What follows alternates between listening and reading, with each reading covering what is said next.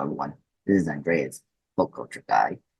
Today is the latest Andreas pop culture perspective slash review, and it's on The Amazing Spider-Man 2 for its 10th anniversary. Now, let's be all honest here. There's mixed feelings towards The Amazing Spider-Man 2 for good reasons. Before it was released in 2014, I think all of us can say that the first Spider-Man with Andrew Garfield, The Amazing Spider-Man 2012 film was very good, very decently done. Yes, it maybe covered two similar areas of the origin story that Raimi had did back in 2002. But overall, it was an entertaining, great, in-depth character analysis on Peter Parker and Spider-Man and his relationship with Gwen Stacy, played by Emma Stone. The trailers were great. The actors in to look at the pain in the film in general looked very promising. But that said, the excitement faded and the reviews were less positive than expected, and then generally was the air of disenchantment toward it afterwards, which is kind of still, I have fun watching it, but it's hard to deny that there are some real issues with this movie that keep it from reaching its full potential, which we're all into. But let's start with the things that I like. First off, the performances here are all really well done. Andrew Garfield continues to impress in his brief time in this role before you come back to it in No Way Home. And he goes into more emotional places in this film as Peter Parker's journey sinks ever deeper into darkness. Emma Stone's great safety also keeps hits coming, and the strong dynamic between Stone and Garfield continues to shine.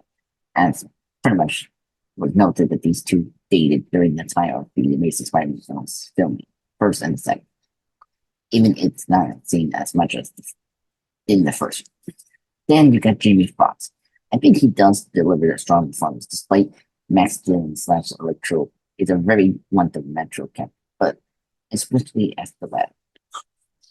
I don't like his character design in this film. It looks too Dr. Manhattan like, and the blue just doesn't work. I appreciate that No Way Home did redesign Electro into more of the comic book accurate version with the little electricity, which is good.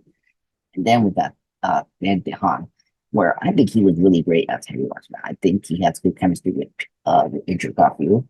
It just definitely feels like Peter's kind of best friend and adventure. And now, in the film, when Harry does adopt the American of the Green Goblin, it's very rushed and too goofy, and the design is just way too camp. Now, this is the step away from the normal awesome comics, as he is the first of the Goblin before Harry does. But I think switching up makes a lot of sense. I think it was a good decision to have Harry become Green Goblin first in this universe. But then again, they rushed too fast to the Green Goblin character. But Lee DeHaan finishes it up quite well, really capture a young man turning on the edge before delving into the full-blown cackling maniac. Now, another thing that this film also excels at is the accuracy. Apparently, there were complaints from the first trailer that the CGI looked like a video game, but I think that's the point. I think that a lot of people misinterpret how it is. It's clear that the effects team put a lot of work into making the actions look as good as possible. I mean, look, despite I don't like the way Electro is and look as in terms of design, the Electro's blue, sparkly body is just stunning. And again, his electric powers always lead into really fun visuals, which I can admit is really fun. So the CGI is some of the best I've seen in a superhero play. It's definitely one of the best so far for the last 10 years. My only issue with the action is that there isn't enough of it, but I'll get into that later in the next couple minutes.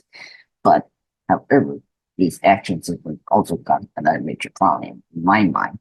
It's the pacing of it, where it drives in the non-action, and there are a lot of it. They are only four major action, all of which are spaced out over a long time period. For instance, the first action scene at the start, the Russian truck robbery, and then we go until almost a whole hour before we finally see Electro in action in Times Square. Now, again, I don't want to complain about the trailer giving the wrong idea about the movie, but the final exchange between Spidey and Ryan and could be more towards the middle of uh, the film instead of being the final shot of the film. That doesn't make sense. And Sony has continued to be doing that trend since their Sony Spider-Man years, Venom and Morbius, and then most recently, Manowet. Now, to wrap up everything, let me quickly address the negative aspect of the film. For me and many others, I think the movie's biggest issue is that it feels like two separate films. On the one hand, you have Peter trying to balance his personal life and superior duties while unraveling the Oscorp mystery. On the other hand, we have a lot of table setting for the future movies that, rather than focusing on the present, which is annoying because they're trying to set up like a lot of these spin-offs that doesn't even go nowhere and not even produced after this movie. Even from the first trailer, they were constantly teasing the future of the Sinister Six team up. And even then, towards the end of the credits, the glimpses of the Fortune Reeds and Doc Ock's tentacles. Sure, a few cheeses can work, but it's the same issue that brought PBS down, and plus this movie as well.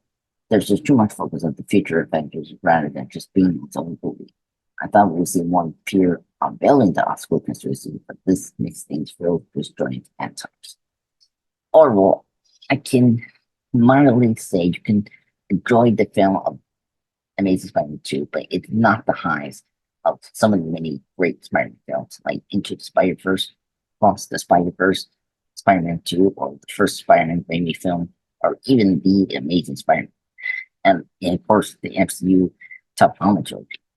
It's definitely a weaker chapter of the Spider-Man films, but it has great moments, just marked down by so many unnecessary plot points that doesn't go in. So happy 10th anniversary, Amazing Spider-Man 2. Everyone, thank you for joining this retrospective / review on Amazing Spider-Man 2. I will come back again for more retrospective / review. Ciao.